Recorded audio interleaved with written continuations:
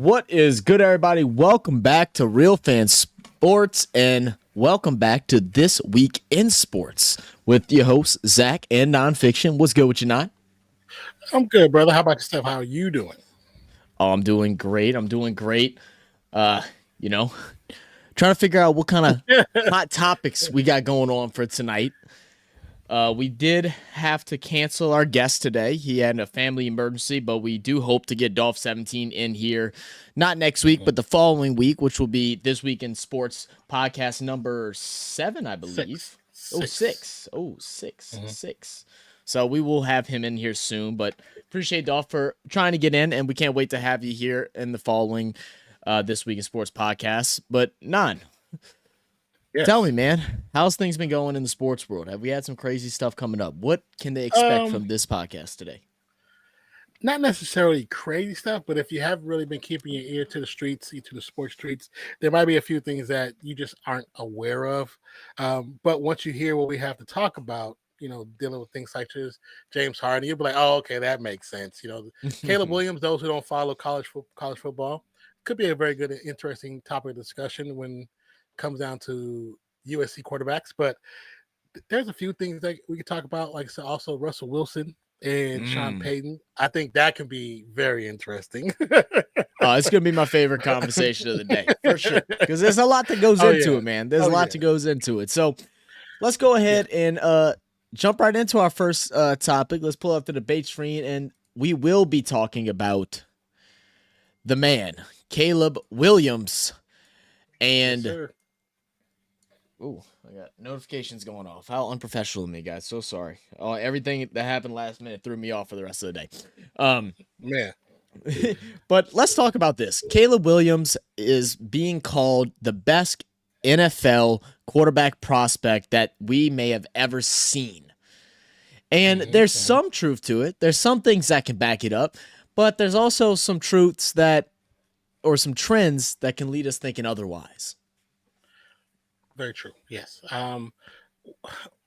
He's a very good quarterback. I will say that. I think the way people are talking about him, they're putting a little bit too much on him, trying to put him on a pedestal that he does not deserve to be put on just yet. Is he good? Yes. Is he one of the best in the league in college? In college, yes. But there are some other quarterbacks and some running backs out there that can be just as good or also be Heisman hopefuls as well. So he's not the only one.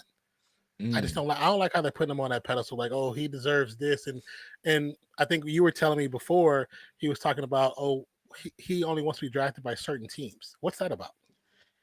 That's where I'm getting at too. I mean, I'm not going to doubt his talents. I mean, this dude has been playing at the highest of level of quarterbacks in college football this season and last season, even though he had just came off of a stinker game, which we will talk a little bit about.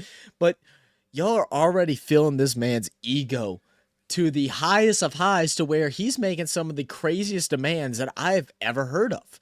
I mean, we all have seen players make demands where I don't want to play for this team. Don't draft me because I would just rather not play. We've seen that happen before. We've seen it with Eli Manning, and I believe that's the most frequent. But he's even taken it to the next level of saying now that whatever team signs him, that he wants ownership of that team, a percentage of ownership. What do you think about that? That one is actually when I saw that in the notes for our podcast, I was like, okay, I heard about him not wanting to play for certain people. Because I understand that. You know, there's teams now it's a little bit different than it was back in the day. Because before it's like, I don't want to, don't Detroit, don't draft me. You know what I'm saying? Like Chicago, don't draft me. But now it's like a lot of teams are actually building a good future for their future prospects. But the fact that he wants to have a percentage in the ownership of a team. Now that's the one thing I'm like, yeah, nah, son. You're doing too much. You're doing a little bit too much on that one. I just can't see how that could even work. Because I mean, what is it going to be? You're going to get a percent ownership while you're there? Are you going to get a permanent stock investment into that team because you get drafted there? What if you get hurt in week 1? What if you end up being a bust just like many number 1 overall quarterbacks in recent past? I mean, we're talking about your Baker Mayfields, your Johnny Manziels, you know, your different guys in that level where you see him in college look like the best thing since fried rice, you know, or sliced bread, whatever this thing is. I don't know where I got fried rice from. But fried rice is pretty good too. You're just hungry. I am a little hungry. But it's like, who is in your corner saying that this is the best way to go about it? Because we've seen deals like this happen. We've seen it with recently in the movie about Air Jordans called Air, where Michael Jordan changed the game in the shoe company, where they actually give percentage of profit for each individual shoe instead of a, you know, just straight out one-time payment deal of X amount of money for X amount of years. So he changed that, but this is such a huge leap, and I can't imagine it sticking. But so I understand the correlation with the Air, even though I still have not watched that movie. But even though, my bad, sorry for spoilers. No, you're totally fine. I was just saying, you know, just so people know context. But I do know the story of Michael Jordan. You know what I'm saying? I understand the deal.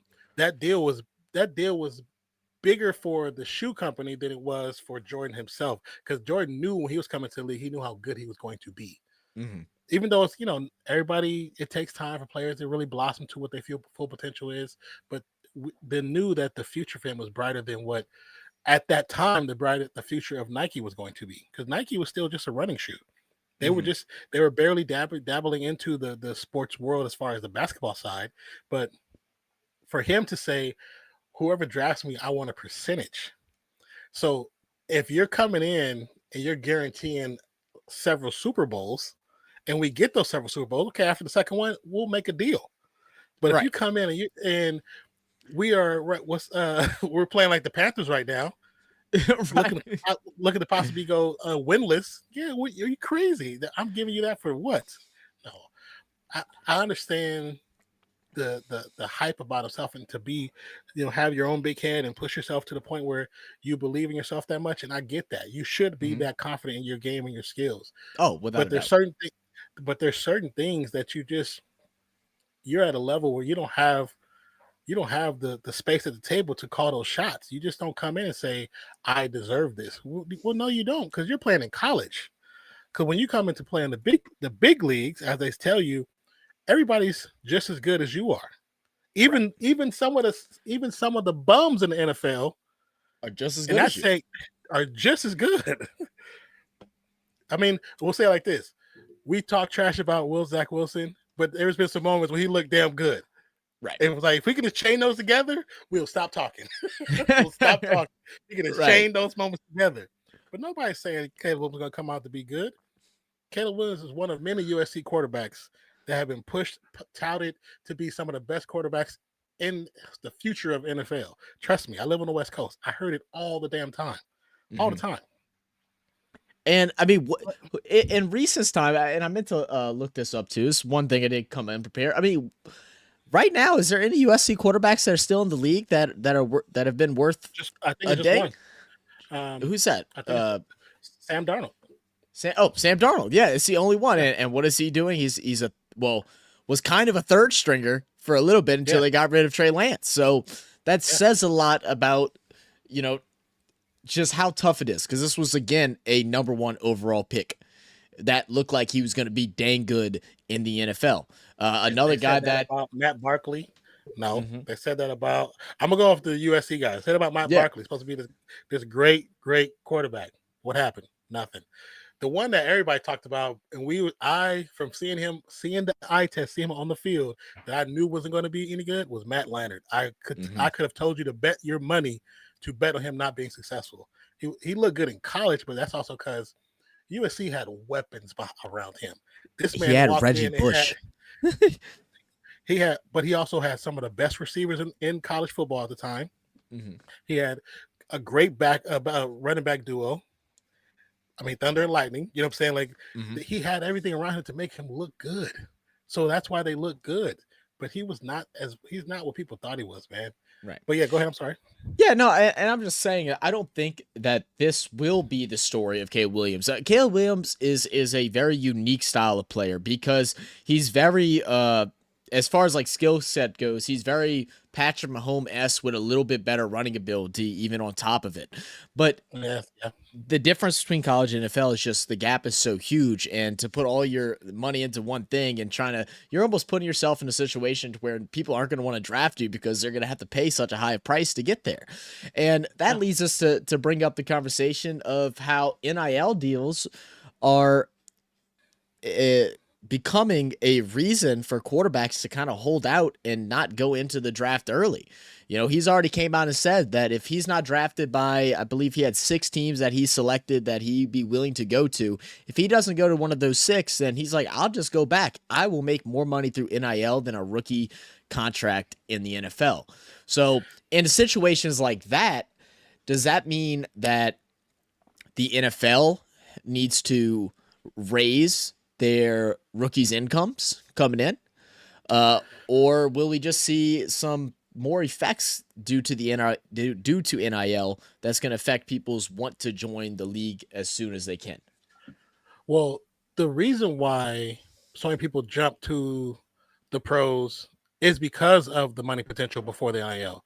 Before the NIL, people were leaving after 1 year because, okay, I don't want to get injured, and I know if I go now, I'm going to get my check. And if I can stay in the league for 3 to 5 years, I get my retirement. Right. Because that's the goal is not going in. They all say, oh, I want to go in to be the greatest. No, the goal is to get to year 5. Right. If I can make year 5, I get retirement. Right. I can do whatever I want. I can go back to college. I can go travel the world with my wife or my husband, whatever you want to call it. I can do whatever I want. So that they're looking to get into. It's about planning your future out. That's why you see some players, they get to year 5, year 6, and all of a sudden they just retire out the blue. And you're like, what happened? Because that was his plan. His plan was to retire. But with the NIL, the one thing I do like about it, the one repercussion I do like about it is making players stay in college longer, because some players need to stay in college longer. Yeah, it definitely would be a benefit for sure. Yeah, and not just for sports purposes, but just for education and maturity purposes. Some of them have to still grow up. We see so many players come out of college and go into the league, and they don't last because of immaturity. They make the bad decisions that first year in pros, and they're either kicked out, banned, or in jail because they've done something stupid. Right. So it's like the NIL, it it's both. It could be bad at some points, but it could be good too, where it will force players, it will force kids, because these are kids, to Mhm. stay in college just a little bit longer. And Mhm. I'm okay with that part. I'm okay with that part. I feel that. Well, just to Yeah. look at Caleb Williams' stats so far this year, he has Yeah. 2,021 yards, 70% completion percentage, 23 touchdowns, 4 interceptions, and a QBR of 82.6. And 3 of those interceptions came this past weekend in a game that Mm. has Mhm. people Some thinking heavy repercussions. Yeah. he might be out of the Heisman candidate contention now. Uh, to quarterback Michael Penix Jr. from the Huskies, who's been playing Mhm. incredible. Caleb He's Williams had amazing. a really rough game where he threw just 1 touchdown, 3 interceptions on 199 yards passing. It was taken out of the game in the fourth quarter due to that loss where they lost big time. I think they only put up 10 points that whole entire game. So after having a big game, after having a stinker of a game like that, do you think he'll mellow out a little bit, or do you think he rides with his guns and tries to still persuade the league that he is all that? Well, I will say this: I have only heard him speak one time, so Mm, in doing so, I don't know what his personality is like. So I don't know if he's kind of gonna kind of take a step back and just play the game and let his game speak for him, or is he a Deion Sanders type person that no matter win or lose, my mouthpiece is my mouthpiece. That's how I get by. You know what I'm mm, saying? Because Deion Sanders, win or lose, he's still gonna talk his talk. yeah. But now I will say this though. Yeah, Caleb Williams was considered the front runner, but there's 7 other quarterbacks that also should be talked about. We got Hmm. Bo Nix from Oregon. We have Drake May from UNC, Carson Beck from Georgia. I mean, you said it, Michael Penix from Washington. There is a I'm a Raiders fan, and there are so many Raiders fans that want him. They want to draft him. That's who they Oh, want. They're I like, we don't think want nobody I else. think any team wants him. And I have no doubt about that. And I don't think that he should put down his guns and stop rooting for himself, betting on himself because he Oh no, should. I yeah, mean, everybody has a bad game. I don't care if it's college, professional oh yeah, level. Like yeah. everybody looks at one bad game, then all of a sudden thinks the worst of a player. Not everybody can be at their best at every single moment. So we'll go ahead and see how that plays out for Caleb Williams, but it's definitely going to be an interesting thing to watch as the college season is going on and leading into the draft next year on what decisions he's going to make from there. That'll bring us into our next topic, which is about the Olympics. Olympics 2028 in LA, Los Angeles. Every time I say LA, I want to say Louisiana. It's a habit. Los Angeles, California. Uh, and they're doing something that has never been done before in the Olympics, which is really, really exciting. They are bringing in 2 games that has never been done in the Olympics, which is squash as well as flag football. Along with that, they're Yes. also going to bring back cricket, baseball, softball, and lacrosse. So, and talking about that, I mean, how excited are you? I'm pretty excited to see some flag football in the Olympics.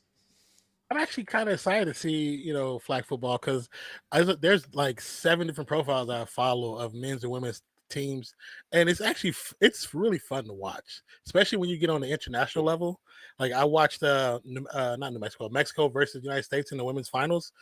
That was a hell of a game. it Mm-hmm. was it was fun. Mexico put a whooping on the ass, but it was a hell of a game. Like the players from Mexico, they came in and they smashed the United States women's team. But I mean, it's cool to see them finally broaden out and stretching and changing up the monotony of the games, and adding the stuff that people really actually do want to see, especially for the summer games. Cricket is one of the I know we say soccer is a big sport, but cricket is a humongous sport. Humongous It's sport. everywhere. Baseball, one of the biggest sports in the world. You know what I'm saying? Yeah, Softball, it's and a ever and forever crazy growing growing. sport. You Yeah, know, and we forever growing. saw baseball back in 2020 in Tokyo, and I mean it was huge. I mean, there's some great baseball teams from all around the world, not just the United States, and we see that more and more as a lot of the MLB even contains a lot of people from Dominican Republic, from Japan, from all these different countries, and this is something that's supposed to be really, really exciting. And, they came out when they had this decision, a part of the board, the biggest part of this was wanting to showcase legendary sports that are a part of the American sports culture that made the United States what it is today. And baseball and football is definitely one of them, or two of them. So I'm really excited that they go out and I do am. this. Yeah, I'm definitely curious as far as the baseball one. Um, I'm definitely curious as to what like with baseball. If this is the seventh time it's been in the Olympics, and the last time when they pulled it out was because they said it was like the lack of the best players from teams. So when you look at the American team, some of our top players were not willing to go to the Olympics. And I'm like, I'm hoping we don't have that same situation and they go back and pull it back out. So I hope it's somewhere we do get a good grouping of players, from the college ranks as well as the pros to play in the Olympics. I think that would be pretty cool. I think so too, man. I mean, that's one thing that I think has changed, especially as more and more money is involved, especially for sports in the United States. Players get paid so much to play at the professional level that playing for the Olympics doesn't mean as much to them, but it means a lot for our country. And it just like anyone that's playing for their own country, like you should want to stand out and give it your best and bring up your best guys. I mean, if you're injured and stuff, I get it, but show out and show up for, for where you stand. Yeah. The one thing that that I thought was amazing was that Rob Gronkowski came out and said that he wants to play and represent USA in flag football if they allow him. Now, as you said, there's already flag football leagues and stuff like that, but I wonder if any retired players or XFL, USFL players and such will come in and try their hands on some flag football. Will they allow them, or our teams could be a little hesitant since it is a different style of game? But I think if players that are 2-3 years retired want to, why not let them? Why not? Yeah.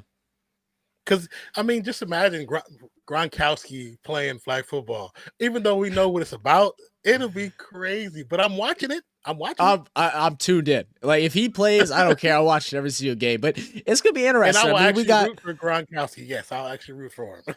we got what, 5 years up until. So I'll tell you one thing that's gonna grow within the next 5 years, and that's going to be flag football in the United States. I expect to see some flag football popping up on ESPN, on ABC, and all your big time networks and stuff like that, so everybody can get their eyes on who's some of the best out there in the United States, so we can make just some solid squad and hopefully have a really, really good time in the Olympics. This one you might actually like. So a big proportion of why flag football has actually grown so much is due to the Atlanta Falcons. Oh, wow. So the Atlanta Falcons have played a large role in getting flag football going on the grassroots level, with the team awarding over 144 schools with different grants over the past 5 years to cover costs of equipment, officials, transportation, coaching salaries, amongst other things. So I was like, that's pretty cool. I did not know that. No, that is fire. I know Drew Brees, the New Orleans Saint, or a former New Orleans Saint, also is a big advocate for flag football. All of his sons play. He coaches in some younger leagues and stuff like that. And his boy will still be too young to play for this, but his boy will be like 16, 17 years old trying to get into those higher levels if he, as he pursues it more. So it's definitely fun, definitely interesting to see. Okay, what you were talking about the NFL players, this is on an ESPN article. It says flag football and baseball/softball could put NFL and Major League Baseball players on the Olympic stage in 5 years. So there you go. So we can actually see some NFL players, even some quasi, newly retired players that retired because they just, weren't interested in the game anymore, because that does happen. That could play. Like that could be pretty cool. I would be down to watch that. You know what I'm saying? I already watch flag football as it is, but could you imagine like Patrick Mahomes out there slinging that rock like in flag football?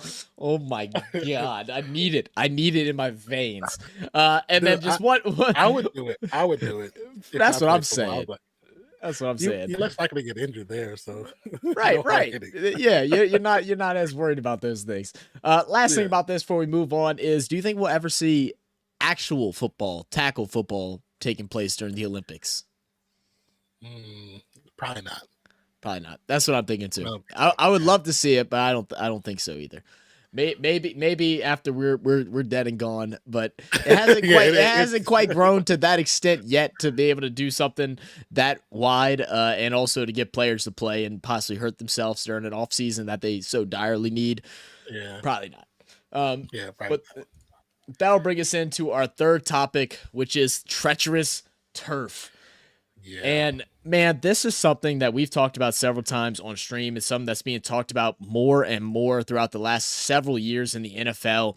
And that's the want by players to get rid of synthetic turf fields in the NFL. What is your thoughts on that? Do you think it's doable, first off? Yes. I will say yes because as a Raiders fan, they have an indoor stadium, but the Las Vegas Raiders as well as the Arizona Cardinals, they both have removable fields where the field actually rolls from underneath the stadium outside, so it gets sun and water daily. Mhm. So it's not if they can do it, it's our teams and owners willing to pay for the upgrades to do Yes. it. Yes. That's really what So, it is.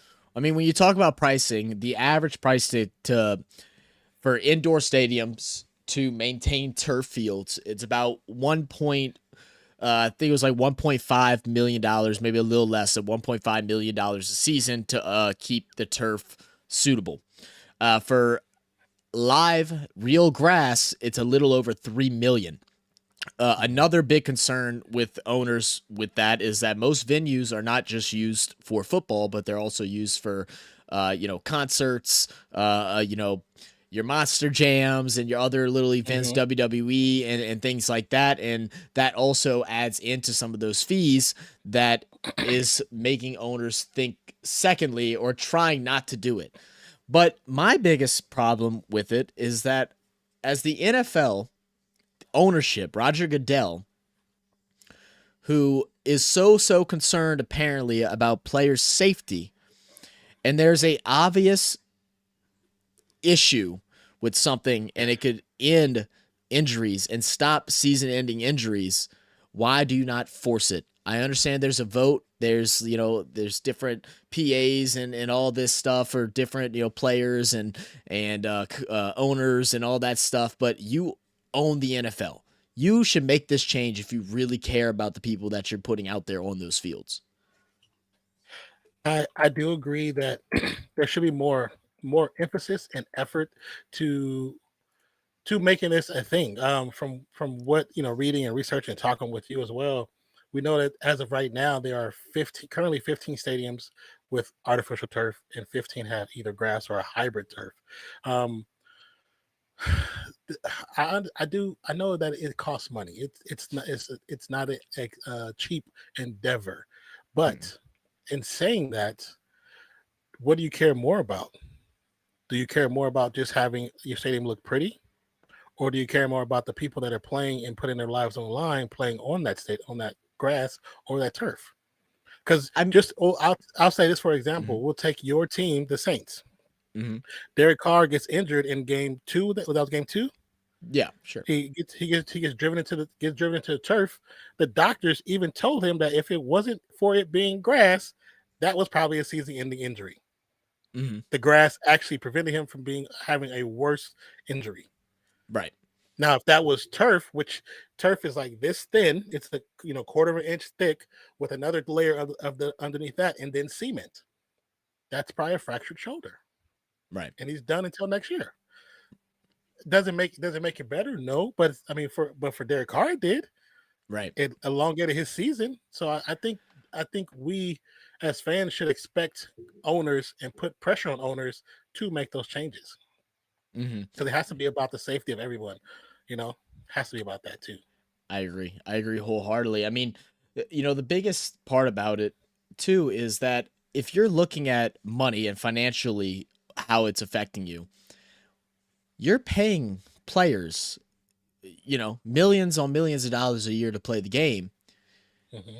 And if one of your stars goes down because of something like turf toe, which is diagnosed as turf toe because of how infamous it is for happening on turf fields, because turf fields have no give and that's what causes the big toe to hyperextend, and so they named it turf toe, and then he's out for the season. Well, then guess what? You just lost out on millions of dollars when you Yeah. could have just paid it in the front part and not worried about it, and probably came up on top. So Yeah. when you look at it at a financial standpoint, it even makes sense to bring in regular grass. I did do a little bit of research to see what is the difference between turf and non-turf. For every 100 plays, 4.8%, there's a 4.8% chance that an injury will result on turf fields. When compared to regular grass, it's 3.5%. It doesn't sound like a huge gap, but when you're looking at 3.5 to 4.8, it's a 50% increase just about. So it is a pretty big deal as to when this happens. And then even on top of that, you have players, ex-players, that have talked about their times knowing how they were going to feel after playing on turf games. Former offensive lineman Treader mentions that after playing on a turf game, he knows he's going to be sitting on ice for 10 days because of the pounding on his knees of hitting that ground and it not being cushioned like it should. And it makes him feel uneasy for, over a week. Oh yeah. I mean, you look at the first game of the season for Aaron Rodgers. Mm-hmm. Everyone, even like ex players, have talked about it in interviews. People talked about it on TV, on the different ABC networks, that Aaron Rodgers had to look forward to playing 14 games on turf. When he was a Packer, he had to look forward to playing on 4. You know what I'm saying? So, and him being what, almost 40 years old or turning 40 this December, like that means something. Even when you look at the picture of how he got injured, his foot is literally stuck in the turf. That's why it's extending. Mm-hmm. His cleat couldn't come out. His cleat couldn't come up. Like, it's stuck. He's literally stuck. I'm looking at a picture and you can see it. And yeah, it's just, and then you see all the bits of tire. So for those that don't know, when the players come to the ground on turf and you see all that black stuff, that's tire. The tire Mm-hmm. is cut up really fine to be put in between, and they roll it over the grass and they roll it out over and they pack it down. And what it does, it puts a little fake blade so it stands straight up. So the grass, quote unquote, looks like grass, but it's Mm-hmm. just freaking Little it's pellets, literally little rubber. pellets of It's tire, rubber. of rubber. Yeah, Yeah. it's tire. It's just straight tire. But that's why most players they complain about, because they get it in their eyes and their nose. 3-4 days later, they're finding it in their hair. I mean, even after washing, like, they're still finding bits and pieces everywhere.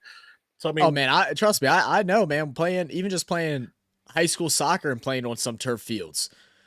oh It's yeah, it's throughout the week, man. It's like I remember playing in a tournament, and it was a full weekend tournament, 5 games. For like I was every night when I went home after a set of games, I had to get the little thing to wash your eye out where you stick water in and dump it oh over, yeah. because I would get little pellets that are like lodged inside my eyelids and such to try and get out. It's it's annoying to say the least. I remember my first time going to Boise State, where I was able to. I didn't go to our first one, but the first time I went was our bowl game, and we were supposed to walk the field, and so I'm walking the field, and as I walk the field, I'm wearing khakis, and my khakis are rolled up at the bottom because they were too long, but I'm walking, and when we get to the end, I'm going to the side to the business to talk to their video people.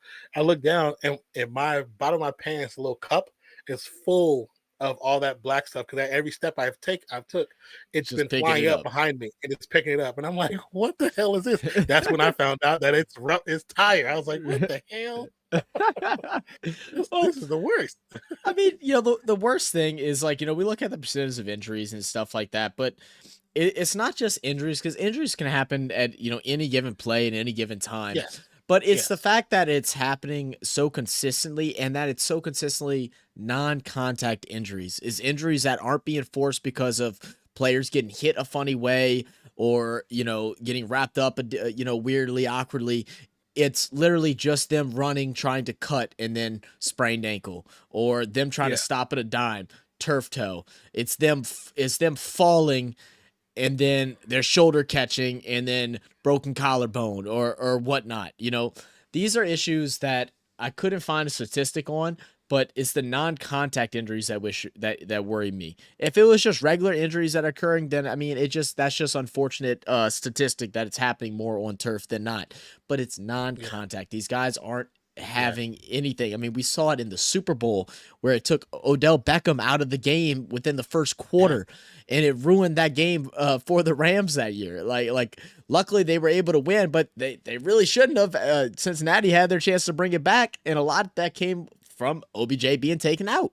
So, uh, definitely something that they need to talk about. I don't know if it ever will happen because owners are just so dang cheap, but I hope that some real true owners that actually give a damn about the players that they sign and the people that are in their league, the people that they're paying millions of dollars to, stand up and say something about trying to make a change. Oh well, yeah, I definitely I agree with that, and I seen something. I seen something that the owners there was I guess they've done this whole scientific test of the years and try to say what's because of the field condition itself or just because of players bad conditioning, but there was a year where turf fields didn't have that many incidents, so It's they're using 2021. that. Yeah, they're using that as an example, saying, "Oh, well, that's not that. It's not the reason. That's not the no." They was like, "No, that's an No, outlier year. That was right. just That's the that's anomaly. outlier. Like, yeah, that's the anomaly when you do a scientific test. There's always one, and the owners are like, they don't want to. They're using that as an excuse. Like, come on, man, be better than that. Be better than that. Be better. I mean, I like that. Be better. We should make that a just a straight up topic on here.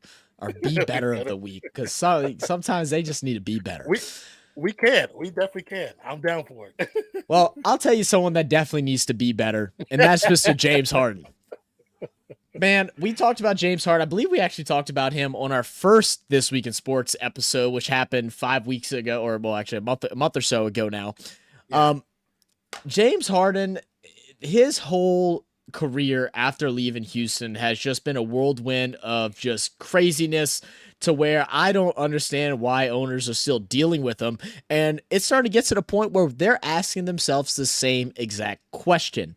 Just to give a Yes. little bit of history for those that live under a rock, Harden was MVP candidate. He was running the team for the Houston Rockets, trying to bring them close. He gathered himself up a little super team, didn't work out the way that he expected, and he wanted to go. He leaves and goes to the Brooklyn Nets, where he links up with Kyrie Irving and Kevin Durant, gives that a try for, half a year. Doesn't work out. He's like, nah, I'm ready to go again. So he goes and joins another super team in the Philadelphia 76ers, where they want him to play a different style of basketball. They no longer want him to be the scoring leader in the league. They want him to be a little bit more facilitator, be a second man to Joel Embiid. He says fine, does it, but as we saw last year during the NBA, it didn't quite work out, and now he's unhappy, wants to leave again. But he signed a big contract with Philadelphia that they worked on together. That was a friendly contract to help him get traded to somewhere else and not be at Philly. But now things have turned, and teams are running away from James Harden. Why is that? What is the issue? What's going on? He is slowly killing teams from the inside out. Um, So you're saying he's the Reaper, the Grim Reaper, bro. he he's bringing The a shadow of death. toxic energy. He's bringing a toxic energy because every team he gets onto, besides when he was with Houston, because he had control of that, has fallen apart. Even when he went over to Philly after leaving the Nets, the combination of those two players should have actually been much greater than what we've seen. Oh, it should have worked. What because no matter how much I have rooted against James Harden because he was with Houston, he's still one of the most prolific 3-point shooters ever to play the game. Yes. Like one Without of a the doubt. most prolific. And when we see him here in the playoffs this last season, he had one good game, and then he just faded to back. Like, oh, I gave y'all 42 for one game. I'm gonna chill now. No, you bring that same energy for the next 4 games, whatever you got to do. And now when Embiid come back off an injury, you just cower down, let him take over again. But you keep saying you want your own team, but you're not playing like you want your own team. Mm-hmm. Mm-hmm. And it's like, I don't know, man. It's like he wants to take the easy way Frustrating. out and work with other people, but then also wants full control of that team that he joins into. It's like, you look at the 76ers situation, and a big time 3-point shooter, like you said, prolific, one of the best to do it with a top center in the league, should work regardless of how y'all decide to split ball time between the two or touches. It should have Yeah, worked. You have moments where he should have. takes over, where Embiid takes over, but you could tell in both of them, not just Harden, because y'all also know, if you've been around here for a while, our feelings on Embiid. It, Yeah, but you get butthurt. You get very overly sensitive. I mean, you got to the point where people were saying he's wearing fat suits. You know, he loves strip clubs more than he loves playing basketball. And it's looking more and more like that's true. At this point, he's just trying to collect a check. I think his passion for basketball has left ever since he left Houston.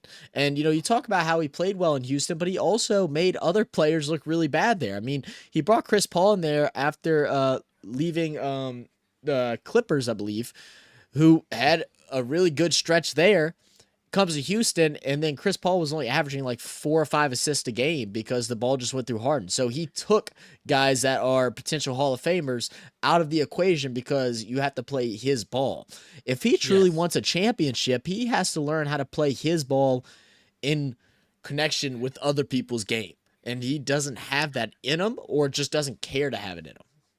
I think it's I think I want to say I do think he doesn't care as much as he used to.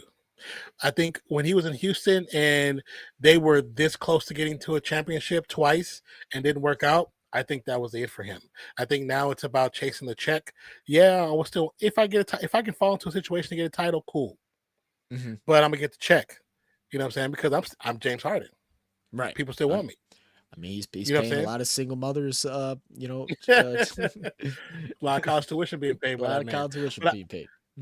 I told you, and I must reiterate it here. I was watching a clip on my YouTube page about from Matt Barnes from the best of all the smoke, and he said it. He said James Harden is at the position now where he can no longer call the shots like he used to.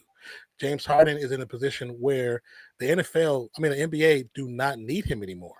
They don't need him to sell tickets anymore because there's so many new stars that are popping up. They don't he doesn't fit the equation like he did before, where he was important to the equation. When it came to him in Houston, he was important because he was a challenge for Steph and the Warriors. He was actually a challenge. You know what I'm Yes. saying? It wasn't Dame, because Steph against Dame is 10-0, but Steph against Harden is a different situation. They might have still beat them, but those are 7-game series every time. Everybody knew it. Right. But Harden's at the place now where he's not that important of a figure in the league like he used to be. Yeah, he still values himself as if it was 5 years ago. And that's the problem Yeah. comes in. As new talent comes in, just because you are a star and we're a star, but if you're bringing chaos to a locker room, and just like you said, how many teams has he been through in the last 3 years? You know, Too many. you're leaving after half seasons, so like you're becoming an issue where people are worried to bring you in. It's not just that they're, you know, now almost undervaluing his production and his skill. Is that they just undervalue him as a team player. Why would you bring him in? You know, there was a lot of rumors going on where it was looking more and more likely each week that he would get traded over to the Clippers. Yeah. But Yeah. as of just today, there was an interview with the 76ers president, Morey, and he said that LA's front office were unserious about the trade. And so what that means to me is that they weren't trying to give them a whole bunch of good stuff for him.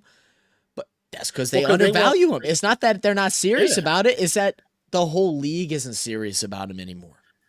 Well, that's the problem. That when they contacted the Clippers for the trade that he wants, they want Terrence Mann and picks. They want a lot of picks.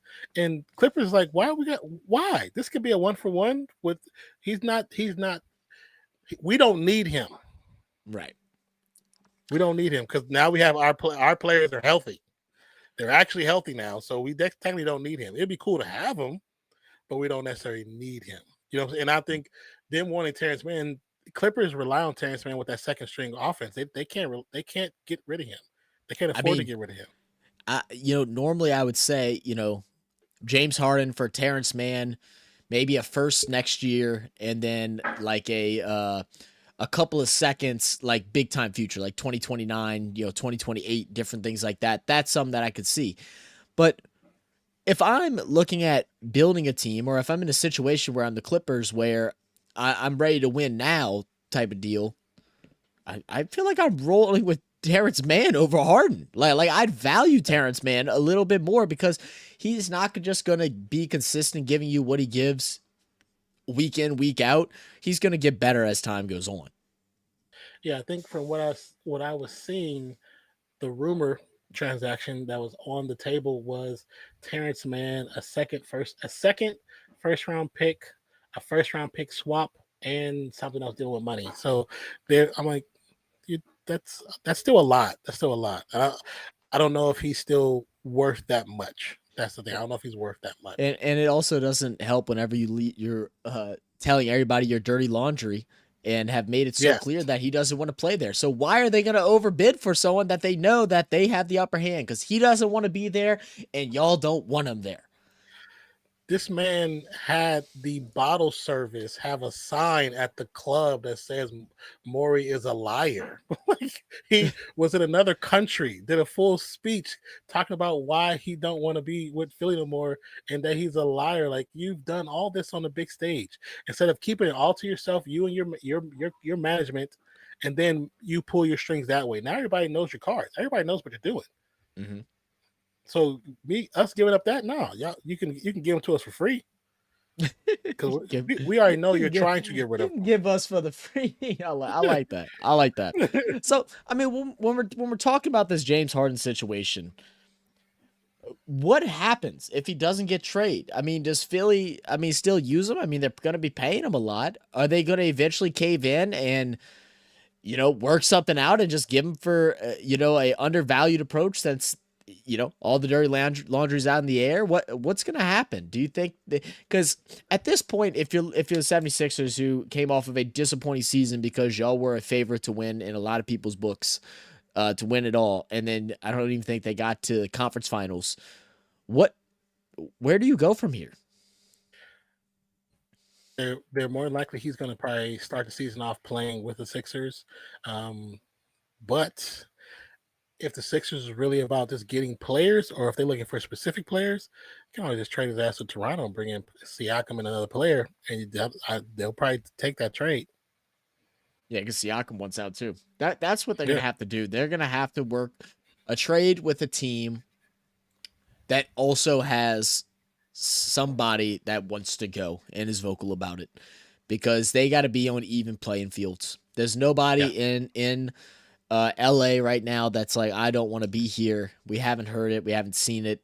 So it's just not. They like their core. They like their core. So, I mean, and saying that, we'll see what happens with James Harden before the start of the season. I mean, it's coming up. I mean, we're I think 10 days away, or maybe even less than 10 days away from the start of the season. So more than likely he's going to start it off with him. We'll see if he gets playing time. If he won't get playing time, what's going to get worked out within the next whole weeks? Are we going to see him there all the way until the trade deadline? Will James Harden just retire and go back to where he wants to be, which is Houston? That was the one thing. The craziest part is he wanted to go back to Houston at first. Mm-hmm. But it didn't happen because he wanted to go there and be the scores leader. He told him he doesn't care about winning titles. He wants to go back there and be a scores leader. And they're like, well, we don't want you to be that, but we still want you here. And he was like, nah, I'm good. So, again, James Harden. Is that really what happened? That is really what happened. Beggars can't be choosers, Mr. James Harden. Well, they're trying to rebuild their thing. They don't need you to come here and mess it up. They have a lot of young talent over there. They needed to put it together cohesively. And you coming to be the scores leader, you're going to throw everything off. Exactly. So to move on from that one and into our last topic of the evening. These guys. Again, another topic that we talked about during our first This Week in Sports podcast. I really was hoping whenever it came back up that it was going to be something good. I really did. I was hoping Nan wasn't going to be right, but Nan's always right. I'm used to being the one that's always right, not when it comes to Mr. Nonfiction. Man, I got this titled Great Value, Payton and Wilson. Not Yeah, I love that because title. they are great value, but because the Denver Broncos are now owned by Walmart. And Mhm. they are great value versions of themselves. What's going on in Denver, man? I don't know, man. From the rumblings that we hear on the rumor mill, Sean Payton is not happy with Russell. Russell, I don't. You never hear anything about Russell because he don't talk to nobody. They So don't talk he to ain't got nobody. he ain't got no friends besides Sierra. So I don't know what that's like. But Sean Payton's not happy. He's not happy with how the games have gone. He thought coming into to Denver would be an easier transition, and they should be able to put up some W's a lot easier because of Russell Wilson's skill set. Russell Wilson still is a good playable quarterback. There's just things when you watch the game. It's just things when you watch him play. He's he's not always putting enough effort into the pass. He is quicker to throw it away. He is quicker to run before setting his feet. He doesn't set his feet on his 3-5 step drops. It doesn't look like he's happy in the situation. It could be because Sean Payton got rid of all his peoples. Is he just quietly protesting? Like, oh, okay, you want all my people? I'm gonna lose every game of the I do, season. but he's doing a silent protest. I like that. I like that. That's funny. That's a wild take, but I see it. I see it. I mean, look, this is the thing. We saw what Sean Payton did with the New Orleans Saints, and now Yeah, the conversation has been maybe Drew Brees is what made Sean Payton. I don't know if I believe that 100%, but I think they definitely mhm. coincided with each other. I mean, and Yeah, I think it yeah, also goes to show how good Drew Brees actually is, because a lot of people now on Twitter are saying like, man, I might have underestimated how great Drew Brees really was. And we're like, yeah, everybody from New Orleans knew that. Y'all just didn't want to believe it because he was with the Saints. It was like, he made things look easy. Any type of play that Sean Payton made was able to be executed at a high clip by Drew Brees. Now, the one thing was during our year where Drew Brees got hurt and we brought in the likes of Teddy Bridgewater and Taysom Hill, and we were still winning those games. I believe we only lost one. I think it was like 6-1 or something like that was the record with them as a mhm, starter. That was also probably one of the best Saints teams that we've had in some time. So yeah, that plays a huge part, and they were all bought into the system. They had all been there for a little while. And understood what was expected of them. And it's Sean Payton's team. Now, you talk about that in the negative side of things, which is very true, where coaches want it to be about them and their friends and get the people that they want. But if you're a good coach, you are able to work with the different elements that you have and design plays with your personnel. That's something that Sean Payton has struggled with. I mean, I don't think the Denver Broncos have a great set of skill players, but I mean, you got guys like Jared Judy who has a really great route, but has been, like Steve Smith Jr. has said, just that guy. A aging Cortland Sutton. You have a good defense. I mean, your running backs are like mediocre, but are both accessible. It's like, why? What is the true problem with them? Is it just Wilson and Sean, like you've said, just combating heads and just not on the same page? Is it Sean Payton is not as good as we all thought? Is Russell Wilson just need to retire? Is he washed? What is it? I don't think it's one simple answer for that. I think it's a multitude of things. Um, I think it's the cockiness of Sean Payton when he came in. I think he should have kept his mouth closed until the season started. He was talking trash to other coaches, Agree. and now you look like the fool. You should have kept your mouth closed. Pity the fool. I think with Russell Wilson, like I said, watching him play, just there's something different. What it is, I don't know. There's times, like I said, I feel like he does hear footsteps because he's throwing the ball away too quick, too soon. He's not hitting the open man when he has the opportunity, and then Jerry Judy doesn't want to be there. He's already come out and said it. Sutton, he's just there. He's collecting a check. You know what I'm saying? I've been in the league for a couple years. Nobody's gonna put money out for me to go anywhere. So I'm gonna play until somebody, they need a third. Okay, cool. But the O line has looked kind of atrocious. The running backs room. this is just basic, Yeah, basic basic. Barbie Yeah. status. It's like it's nothing special about them. P Ryan, they're not utilizing P Ryan the way that Cincinnati did. Cincinnati, yes, he's a running back, but he's good in the open. Use Yeah. him. He is good. He has good hands. Like use him. He's like State Farm. You know what I'm saying? Give it to throw him the rock. But I don't know. Game plan, like you said, coaches need to learn how to play with what they have and not just come in and destroy a team just to get in the pieces that they want. And I think that is part of the problem too. Sean Payton came in expecting to bring in this in a third, and those things that he's brought in have not shown to be a positive. I want to also point out, with both Sean and Bill Belichick, has their play calling ability gotten a little stale or less creative due to the fact that they did coach behind a Hall of Fame quarterback for a majority of their careers. And now that they don't have that, they're struggling to connect it. I don't want to say the passion is gone for them, but they haven't been challenged in a long time. And that the things that used to work that were simple just don't anymore. I will say yes and no. And I say yes for Bill Belichick, no for Sean Payton. I say yes for Bill Belichick because the level of ability and skill between Tom Brady and Mac Jones is far and wide. Yes. You know what I'm saying? So when Belichick gives Brady a play, right? Brady knows that there is 17 possibilities in this one single play because of what he's seen over time. Right. Mac Jones does not look at it that way. Mac Jones, okay, this is the play is given. I has 4 audibles out of this one play. Tom Brady looks at it differently. So you can give Tom Brady a play, and it can be a broken play even when he gets in the huddle, and he knows by the package that he sees across the way, okay, we're going to change this right now in the huddle. And Belichick's going to be cool with it because he knows he trusts in Tom Brady. Yeah. Now, when it comes to Sean Payton and the Russell Wilson situation, I say no because Russell Wilson should know better. You won a Super Bowl. You won a Super Bowl. So if Payton sends it a play and you see the package across from you, that package is put in here to stop the play that you're about to run. Make the right audible, make the right call, or damn it, call a timeout. Yeah, I think the trust factor is definitely a big thing as well. We saw that with Sean Payton with Jameis Winston as well. Whenever he came in and played the first couple games, where Jameis looked good in those beginning games, but it's because he was babysat. He wasn't allowed to make audibles at the line. Yeah. Jameis also doesn't like making audibles at the line, so I mean, we're not going to take that away either. But he didn't trust him.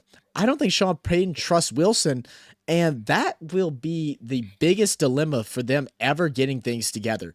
Sometimes you have to work through trial and error. I know he wanted to come out and be like, oh, this was a pretty solid team, had a great defense. Our offense just stunk, and that's why they couldn't make a run to be a playoff team when they probably should have been. Let me just come in and just dominate. But you can't expect that. I don't care if you're a legendary coach, if you're a Hall of Fame style coach or not. You got to go through trial and error and understanding and actually work with your quarterback. He's the guy that touches the ball, more than anybody except for the center. So you have to be able to trust him, work out the kinks, and then develop into something. We have not seen any progress from week 1 until what we're going into right now, which is week 7 of the NFL. We have seen no progress that's going to change. It's just been the same old, predictable as time. We got to watch them Thursday, and I'm not expecting anything different. I'm expecting to see the same Broncos we saw last year. Yeah, I mean, unfortunately, yeah. I mean, I know beginning of season I was talking my trash and just predicting them to be trash, but at the same time, if they weren't, I wouldn't be upset. You know what I'm saying? Because they are professionals. You know what I'm saying? So you expect to be proven wrong sometimes. We can, no matter what predictions we make, I expect to be proven wrong. I can say LeBron's going to suck, but I expect to be proven wrong because that's LeBron James. Like, respect the man's talent with his skill. Like, I respect that. I can talk bad about Mahomes because I'm a Raiders fan, but I respect him as a skillful quarterback, and I expect him to prove me wrong because how good he is. Russell Wilson, I expected him to play better than what he did. First year, understandable. New Facts. city, new place, feel different. You're not used to thin air. Everything's different about the situation you're in. Understandable. You got kids on the way. You're doing things. I understand that. Yeah, you're moving. You're having to uproot your family. Yeah. Everything. Mm-hmm. All that stuff is different. But now, what's the excuse now? Mm-hmm. What's the excuse now? That's my question. Because you statistically, you regular. You Really regular. You got 1,300 yards, but if you were putting the players who were being thrown those balls in the position to be successful, your yardage would be much higher. Because a lot of times the games I've seen, they're making catches and they're trying to force extra yards because they're not being thrown open. They're being thrown out of bounds. They're being thrown behind over the wrong shoulder, trying to defend become the defenders to get off the interceptions. Like he has, and again, not to bring up Drew Brees again, but it's like those were the things that Drew Brees did so well. I mean, Drew Brees was able to throw receivers open. That's a unique quality that only elite quarterbacks are able to do. Russell Wilson had moments where he was doing that in the middle points of his career, at the peak of his career. We aren't quite seeing that. We aren't quite seeing that anymore. I mean, that's what Aaron Rodgers does so well. That's what Tom Brady, Peyton Manning, what Mahomes does so well. They throw wide receivers open. They put the ball in spots to where they can only catch them. They create a good repertoire between them and wide receivers to where they understand where the ball is going to be thrown before they turn from their route and look where the ball is going to be. I mean, that was something that was so special that I think people didn't appreciate watching Drew Brees play. It's like he would throw that ball like seconds before the player would turn around, but they knew that it was going to be back shoulder on this route. They knew that it was going to be coming across the field on this route. They had that connection. Russell Wilson is struggling to build that connection with his wide receivers. Coach Sean Payton is not able to build that connection with his quarterback, which is a huge, huge problem. And it's continuously gonna result in more issues. And to add on is, like Marshawn Beast Mode said, Marshawn Lynch has said, that wasn't his quarterback. It was just a dude he played football with. He had no relationship with him. He had to have, if he wanted to get in contact with his quarterback, he had to call his agent or his secretary or whatever in order to plan a time to where they could speak. That's not how it should be done. I was going to refer that where Marshawn said when he was playing, he had a little stinker era where he played bad for a while, and Pete Carroll told them, in a team supposed to be a team only meeting, he tells them to talk to him and not to talk to Russell Wilson, and that's because there is no connection between Russell Wilson and the teammates he plays with. This is a job for him. This is a job, and that's it. I don't even know if he really likes playing football now. Like, now thinking about hearing the stories that come out now, and I know there's some players who have. It makes you wonder how he was so good during that couple year stretch. Look at Seattle. It was Seattle. The defense was the best in the league. Mm-hmm. They made sure he got the ball back. They took that ball. I mean, you question it, but at the same time, not too much, because the Legion of Boom made sure the ball came back to the quarterback. Mm-hmm. So, but the fact that he doesn't build friendships like that, and he's especially coming into a new city, later part of your year under two new head coaches back to back. Yeah, because if you're doing the same thing where you're like, oh, you got to call my man to come talk to me, these dudes ain't gonna play with you. Mm-mm. Seattle put up with it. They put up. And that's the thing. I don't know how Pete Carroll put up with it, because I know that's just not how Sean Payton works. That's not how anyone in New Orleans worked. I mean, everybody was, at least what it was perceived to be, they were all buddies. We're all friends. They all hung out. They had dinners together. They, multiple different ones separate to like normal teams do. There was a culture around it. There's no culture in Denver. Just to kind of like wrap this up too, before we give our final inputs on it. Let's look at the actual value that Denver has given up to get Sean Payton and Russell Wilson. This is the craziest thing, because at this point, we could be talking about Denver being good in like 2 years, 3 years. Now we're talking about they're screwed for the next half a decade.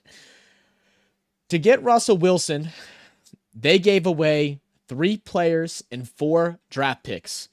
They gave away 2 first-round picks, 2 second-round picks, as well as a 5th. I think that must have been a swap. And then they gave away Drew Lock, who was the backup quarterback, Noah Fant, the starting tight-end, and Shelby Harris. For Peyton, they traded away a first and a second-round pick, which they swapped for a third-round pick with the New Orleans Saints. That is 3 first rounds and 3 second-round picks that they have given up. That's crazy. That is a lot. That's a lot. That is a lot. That's so crazy. For to be what they are 1 and 5 to be 1 and 5. 1 and 5. 1 and 5. 1 and freaking 5. Russell Wilson is 122 of 185, 1,300 yards, 4 interceptions, 12 TDs, 99 rating, sacked 19 times.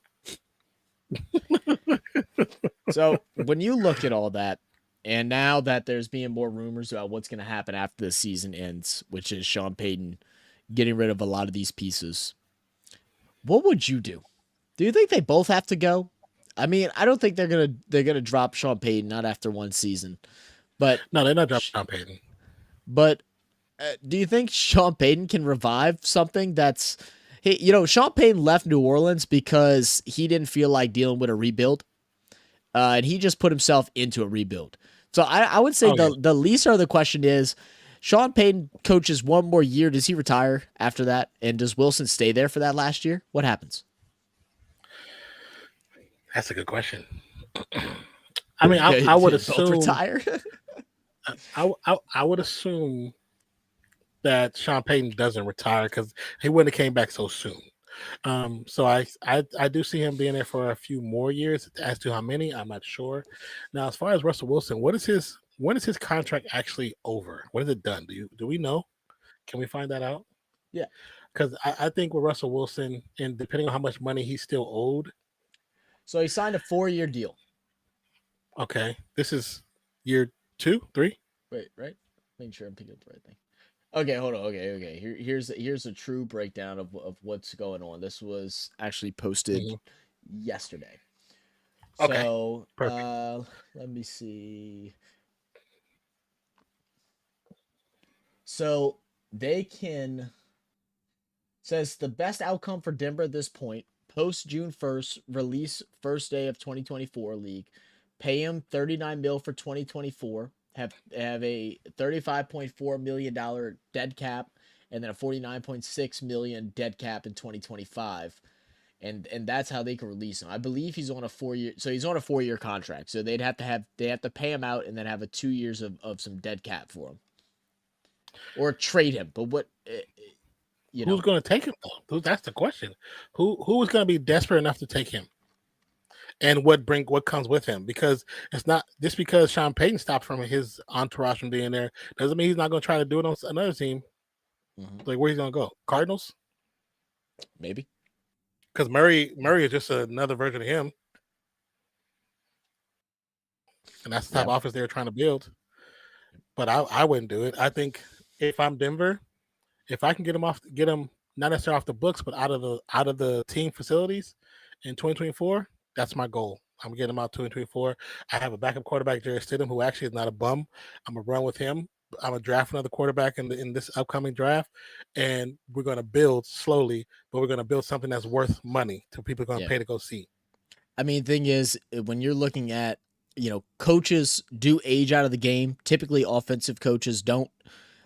Defensive coaches, sometimes do. I think your value as an overall team is in Sean Payton.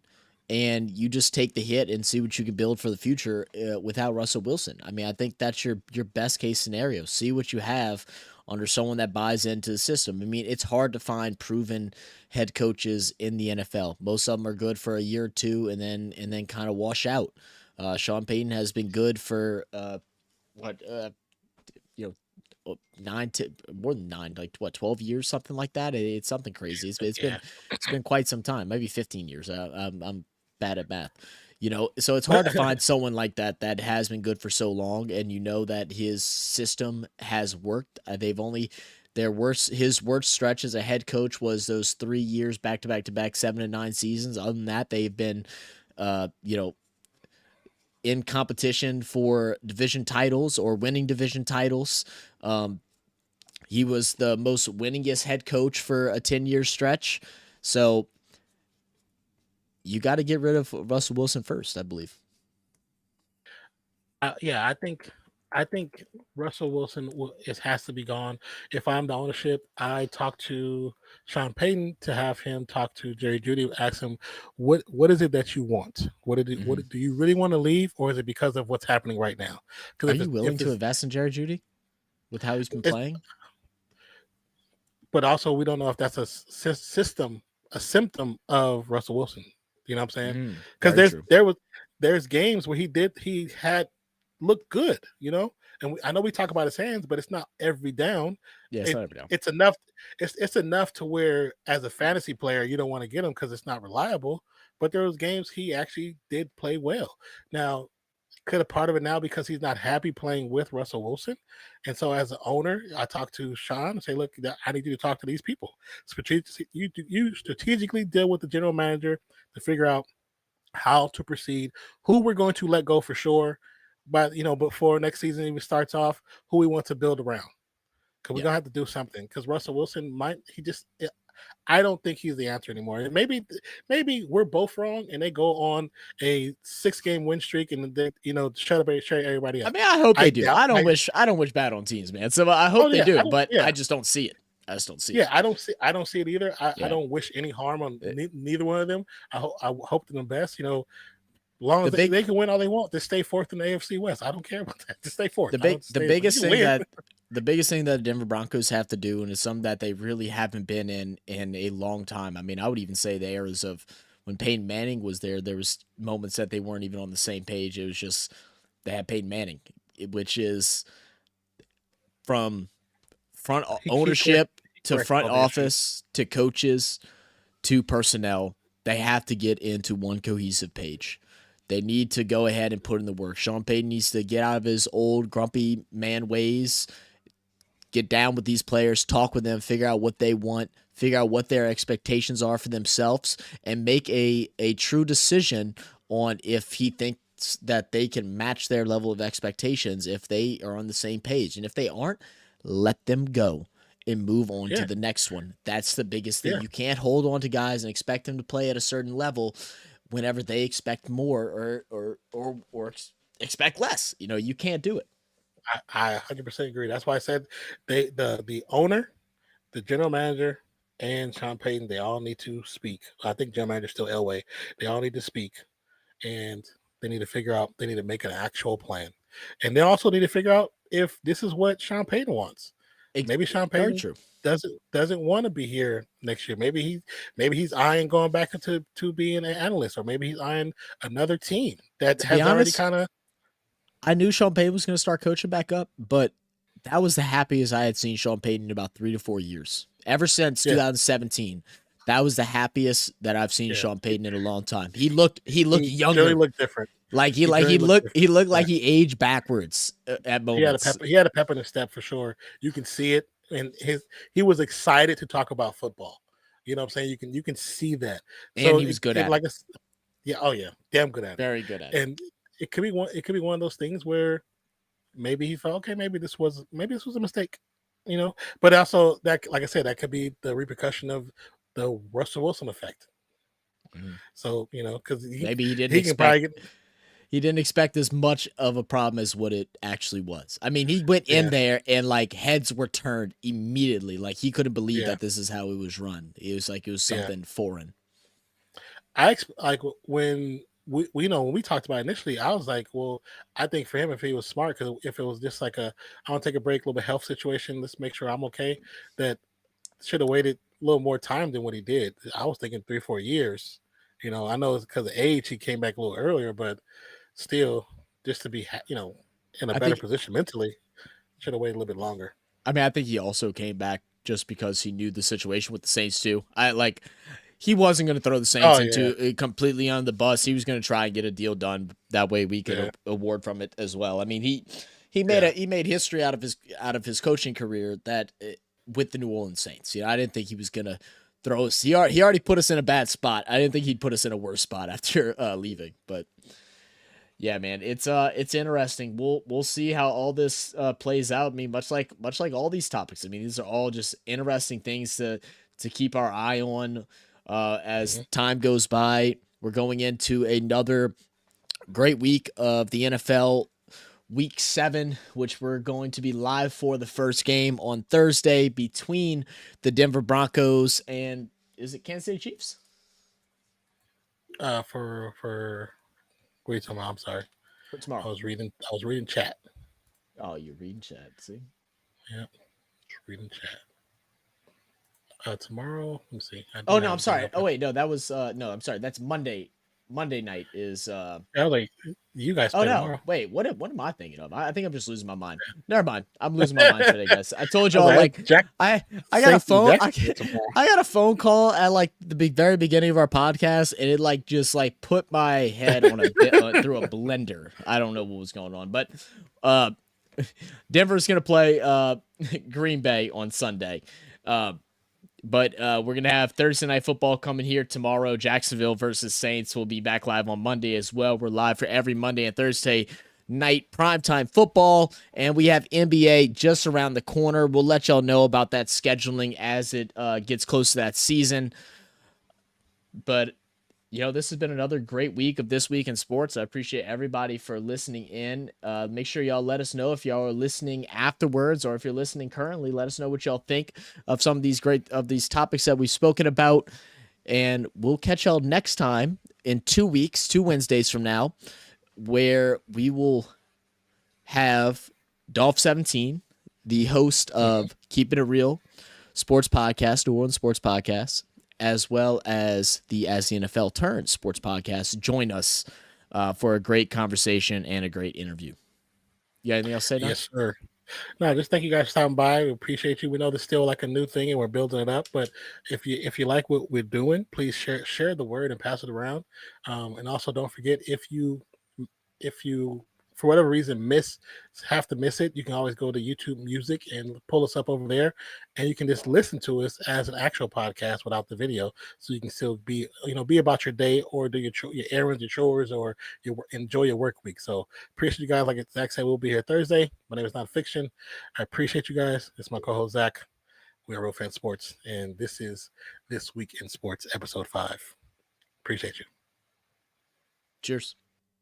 Peace out.